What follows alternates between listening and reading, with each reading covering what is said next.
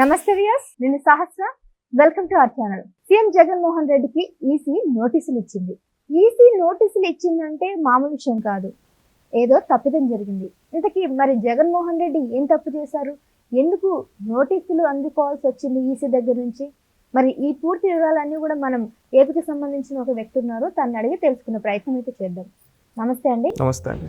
So మీకు తెలుసా అండి జగన్మోహన్ రెడ్డికి ఈసీ నోటీసులు ఇచ్చారని? ఎందుకు ఇచ్చారంటారు అసలు? ఒకటి, నోరు మంచిదైతే ఊరు మంచిదవుతుందని ఒక సామెత ఉంది. అదేవిధంగా నోరు మంచిదైతే ఎవరైనా ఎందుకు వస్తారు మన జోలికి? నోరు మంచిది కాదు కాబట్టి జగన్మోహన్ రెడ్డి గారికి ఈరోజు ఈసీ నోటీస్ ఇచ్చింది.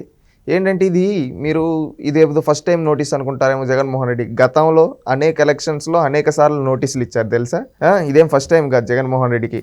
ఆయనకి ఎన్నిసార్లు ఇచ్చినా కుక్కతో ఒక వంకరే అన్నట్టు జగన్మోహన్ రెడ్డికి ఎన్నిసార్లు చెప్పినా బుద్ధి రాదేమో. ఎందుకంటే గతంలో 2017లో ఒకసారి నంద్యాల బై ఎలక్షన్స్ అప్పుడు చంద్రబాబు నాయుడు గారి పైన వివాదాస్పద వ్యాఖ్యలు చేసి నోటీసులు అందుకొని కేసు పడింది.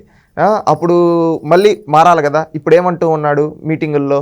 చంద్రబాబు నాయుడిని కావాలని చంద్రముఖి అని, పశుపతి అని ఈ విధంగా కొన్ని పేర్లు పెట్టి ఈ విధంగా కావాలని కిండల్గా వక్రీకరించి మాట్లాడేదానికి ఈ విధంగా మాట్లాడుతూ ఉన్నాడు.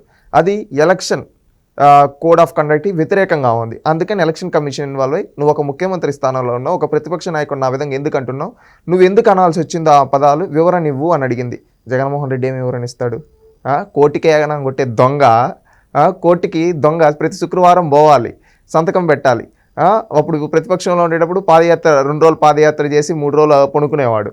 మళ్ళీ ఇప్పుడు ఏమైపోయింది? నేను ముఖ్యమంత్రిని, నేను రాలేనని చెప్పి మీరు చూస్తే కార్యక్రమాలన్నీ శుక్రవారం పెట్టుకుంటాడు. ఎప్పుడన్నా కోర్టు ఎవరన్నా ముఖ్యమంత్రి షెడ్యూల్ ఎలా చేసుకుంటాడు? ఎవ్రీడే ఉండే విధంగా చేసుకుంటాడు. జగన్మోహన్ రెడ్డి అలా కాదు. ఎప్పుడైతే కోర్టు ఈ రోజు నువ్వు వచ్చి సంతకం పెట్టాలి, విచారణ కాదు, ఆ రోజే ప్రోగ్రాంలు పెట్టుకుంటాడు. ఆ రోజే ప్రోగ్రాం పెట్టుకుని కోర్టుకి ఎగనాం కొట్టాడు 5 ఏళ్ళుగా. ఒకవేళ మీరు అన్నట్టు ఎగనాభం పెట్టినప్పుడు కోర్టు నుంచి వార్నింగ్ రావా? వార్నింగ్ అంటే ఏమని ఇస్తాడు? ఇతను చూపిస్తాను, నేను ముఖ్యమంత్రిగా ఉన్నాను, నేను ఈ కార్యక్రమానికి అటెండ్ అవ్వాలని అవి చూపించుకుంటున్నాడు. పదవిని అడ్డు పెట్టుకొని కేసుల నుంచి తప్పించుకుంటున్నాడు. దొంగ, మొద్దు దొంగ. ఇంక ఈ మొద్దు దొంగ ఏం చేశాడంటే రీసెంట్గా చంద్రబాబు నాయుడు గారిని నోటుకొచ్చింది మాట్లాడారు. అందుకని చెప్పి ఈ ఎలక్షన్ కమిషన్ ఇన్వాల్వ్ అయ్యి ఈ విధంగా మాట్లాడకూడదు నాన్న, ఒక కోడ్ ఆఫ్ కండక్ట్ ఉంటుంది, నువ్వు ఎందుకు మాట్లాడావు వివరణ ఇవ్వు అన్నాడు. జగన్మోహన్ రెడ్డి ఏమి వివరణ ఇస్తాడు చూడాలి. ఒకవేళ దీంట్లో వివరణ ఇవ్వకపోతే జగన్మోహన్ రెడ్డి గారు కఠిన చర్యలు ఎదుర్కోవాల్సి వస్తుంది. తన పదవిని కూడా అనర్హత వేటేయచ్చు. ఎలక్షన్లో పోటీ చేయకుండా యాక్షన్ కూడా తీసుకునే హక్కు ఎలక్షన్ కమిషన్కు ఉంది. ఆ చర్యలు తీసుకుంటే జగన్మోహన్ రెడ్డి కళ్ళగన్నపది అంటే తీసుకున్న గోతులు వారే పడతారన్నట్టుగా అతను తీసుకున్న గోతులు అతనే పడతాడేమో. ఎందుకంటే ఈ విధంగా అన్నాడు. ఇన్ని రోజులు పదవిని అడ్డు పెట్టుకొని కోర్టులకి ఇప్పటికి ఎగనం కొట్టాడు. ఇప్పుడు రేపు ఏమవుతుంది? ఈ కేసులో వివరణ ఇవ్వకపోతే ఎలక్షన్ కమిషన్ నువ్వు అన్నారు కూడా అంటే ఇతను పదవి పోయినట్టే కదా. ముఖ్యమంత్రి ఎలా అవుతాడు? అప్పుడు కోర్టుకి వెళ్ళి మళ్ళీ లాస్ట్కి జైలుకి వెళ్తాడేమో అనిపిస్తూ ఉంది. అయితే ఇప్పుడు ఇట్లా అన్నందుకు చంద్రబాబు నాయుడు గారు ఏం రియాక్ట్ అవ్వలేదు, కానీ ఈసీ రియాక్ట్ అయింది. చంద్రబాబు నాయుడు గారు ఒక మాట అన్నాడు, పశుపతి అన్నాడు కదా. దానికి అన్నాడు, అవును నేను పశుపతిని, పశుపతి అంటే శివుడు ఈ లోకాన్ని కాపాడుతాడు, నేను ఈ రాష్ట్రాన్ని కాపాడడానికి నేనున్నాను, నువ్వు అన్నట్టు నిజంగానే పశుపతిని, చరిత్ర తెలియని బచ్చా నువ్వు అని చెప్పి అన్నాడు. దానికి ఏం మాట్లాడతాడు చంద్రబాబు నాయుడు గారు? నువ్వు ఈ జగన్ ఏదో పశుపతి అని చెప్పి అన్నాడు, నోటికి వచ్చింది మాట్లాడాడు. తిక్క కొంచెం ఆయనకి మెంటల్ కండిషన్ సరిగ్గా లేదు కాబట్టి జగన్కి. చంద్రబాబు నాయుడు గారు ఏమని చెప్పారు? అవును నేను పశుపతిని, ఈ లోకాన్ని కాపాడే పశుపతిని, ఈ ఆంధ్రప్రదేశ్ రాష్ట్రాన్ని నీ రాక్షసత్వం నుంచి కాపాడుకునే బాధ్యత నాది, నిజంగా నేను గర్లకంఠుడు శివుణ్ణే అన్నట్టుగా చెప్పాడు. చెప్పి నీకు చరిత్ర తెలియదు కదా బచ్చా, అందుకనే నువ్వు ఈ విధంగా మాట్లాడతావు, చరిత్ర తెలుసుకొని మాట్లాడు బచ్చా అని చెప్పి అన్నాడు. ఇంకేం మాట్లాడతాడు జగన్ అంటే? చంద్రబాబు నాయుడు గారు అంటే ఆయన వెల్ ఎక్స్పీరియన్స్డ్, ఎలా మాట్లాడాలో తెలుసు, ఎన్నో ఎన్నికలు చూసిన వ్యక్తి. జగన్మోహన్ రెడ్డి ఏంటి? బచ్చా. చంద్రబాబు నాయుడు గారు అన్నట్టు బచ్చా. ఆ బచ్చాకి ఏం తెలుసు? ఎప్పుడెప్పుడు శవ రాజకీయాలు చేద్దామా, ఇవి చేద్దామా అనేది తెలుసు. మొన్నేదో అన్నాడు 32 మంది చచ్చిపోయారని.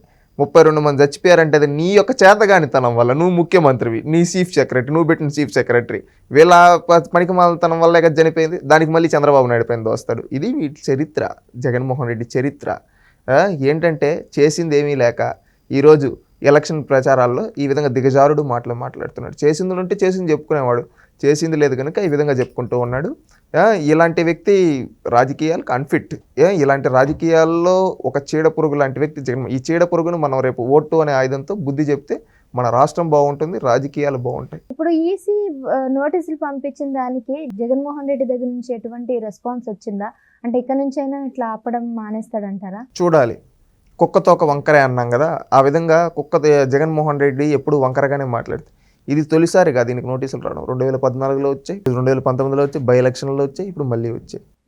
సిగ్గు మానం ఉంటే ఒకసారి చెప్తే మారుతారు, అవేవి లేవు గనుక. ఈయన సలహాదారులు కూడా ఏం సలహాలు ఇవ్వట్లేరా? ఆయన సలహాదారుల వల్లే కదా ఈ విధంగా 151 నుంచి 15కు పడిపోయాడు, సచ్చు సలహాల వల్ల. ఎవరన్నా 151 స్థానాలు వచ్చుంటే ఆ తర్వాత ఒక 50 పోయిన అట్టన్నా వచ్చుంటాయి. ఈయనకి అది కూడా లేకుండా కాలగర్భంలో కలిసిపోబోతున్నాడు. వీళ్ళ సలహాదారుల వల్లే కాలగర్భంలో కలిసిపోబోతున్నాడు. యాక్చువల్గా సభలలో ఈయన చేసేది ముఖ్యంగా ఏదైతే ప్రసంగం ఉంటుందో స్క్రిప్టెడ్ ఉంటుంది. సో మొత్తం స్క్రిప్ట్తోనే మాట్లాడడం జరుగుతుంటుంది. అందులో రాసేది పశుపతి అన్నారు, చంద్రముఖి, అది ఇదంతా రాసి ఉంటారు కదా.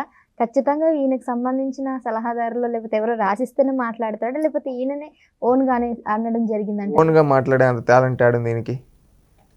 అప్పుడు ఏదో పిచ్చి కుక్కలాగా అరిచేవాడు చేతులు తిప్పుతూ, అప్పుడు కూడా స్క్రిప్ట్ ఏమో. ఇప్పుడు కింద చూస్తాడు, దాంట్లో ఏముందో కూడా చూడు, ఇటు చూస్తాడు, చదివేస్తాడు. జగన్ అని ఉందనుకో, చూస్తాడు జగన్ అని వేస్తాడు. చుట్టుపక్కల వాళ్ళు చూసి నవ్వుకుంటారు. ఈ మధ్య ఏదో స్క్రిప్ట్ ఉంది, ఎమ్మెల్యేలు వస్తుంటారు, అంతంత మాత్రమే అంటాడు. వాడేంది విజయసాయి రెడ్డి కోట్లు ఉంది, అంతంత మాత్రమే అంటాడు. పెదిరెడ్డి రామచంద్రారెడ్డి 1000 కోట్లు ఉంది, అంతంత మాత్రమే అంటాడు. బుట్టారాయణ 100 కోట్లు ఉంది, ఆవుని అంతంత మాత్రమే అంటాడు. అంటే ఇక్కడ మీరు ఒక్కసారి ఆలోచించండి, అందరినీ అంతంత మాత్రమే అంటాడు. లాస్ట్కి ఇంక జీవితమే అంతంత మాత్రం అయిపోతుంది, ఈ పార్టీయే అంతంత మాత్రం అయిపోతుందేమో అని భయం వేస్తూ ఉంది. అలా ఉంది ఈయన పరిస్థితి. కామెడియన్ పెద్ద జగన్మోహన్ రెడ్డి ఏదో సీరియస్ పులి అని కొడతారు వాళ్ళ పార్టీ వాళ్ళు, డబ్బు ఉంది కాబట్టి సోషల్ మీడియా పెట్టి కొట్టించుకుంటా ఉన్నాడు. రియాలిటీ ఏంటంటే కుక్క కూడా దేహం. ఆయన చూసి నవ్వుకుంటున్నారు వాళ్ళ పార్టీ కార్యకర్తలు మాట్లాడేది. దగ్గర అంటాడు, ఏం పిచ్చెక్కిపోయిందా? అవునా, ఏ సందర్భంలో అన్నాడు అలా? ఒకసారి మీటింగ్ జరుగుతూ ఉన్నింది, ఐ థింక్ రాయలసీమలో. ఈవినింగ్ అయిపోయింది, అక్కడ ఎవరో వస్తూ ఉన్నారు.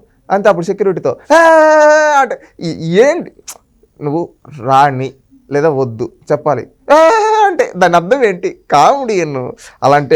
అలాంటి వ్యక్తి ముఖ్యమంత్రి అని చెప్తే నవ్వుకుంటున్నారు జనాలు చూసి. ట్రోల్ చేశారు అనుకుంటా ఆ వీడియోని. కామెడియన్ అయిపోయాడండి. ఒకప్పుడు బ్రహ్మానందం గారివి స్కిట్స్ లేదా జబర్దస్త్ చూసి నవ్వుకునేవాళ్ళు, ఇప్పుడు జగన్మోహన్ రెడ్డి చేసే మాటలు చూసి నవ్వుకుంటా ఉన్నారు జనాలు. రైట్ అండి. సో నోటికి అదుపు, కొద్దిగా లిమిట్ అనేది ఉండాలి. సో నోటి దురుసు తగ్గించుకోవాలి ఎప్పుడైనా మనం ఉన్నత అధికారంలో ఉన్నప్పుడు.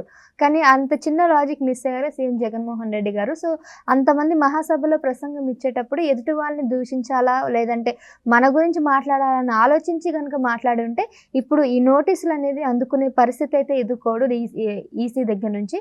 మరి ఈసీ ఈయన మీద చర్యలు కఠినంగా తీసుకుంటుందా లేదా అనేది చూడాలి ఇక.